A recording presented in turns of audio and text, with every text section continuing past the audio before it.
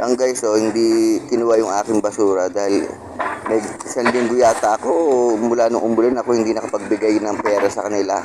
Hindi na nila kinuha ang basura. Ayan hindi nila kinuha ang basura. Bakit ganun po? Hindi nakapagbigay ng pera, hindi kukunin ng basura? Anong private ba yung kolektor ng basura o sa gobyerno? Yan, pakisagot na lang po.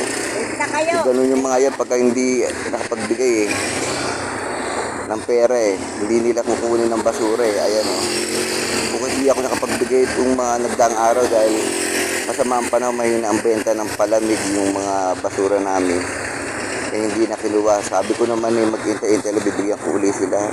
Lagi naman ako nagbibigay pero kung hindi ako nagbigay kahapon hindi na nila kinuha yung basura ko. Nilagpasan nila kanina, kinuha lahat ng mga basura dito, yung sa akin hindi. Ano yun, private ba yun? Diba, gobyerno yung kumukuha ng basura, sinusweldoan sila. Ba't di nila kinuha ng basura ko pag hindi ako nakapagbigay?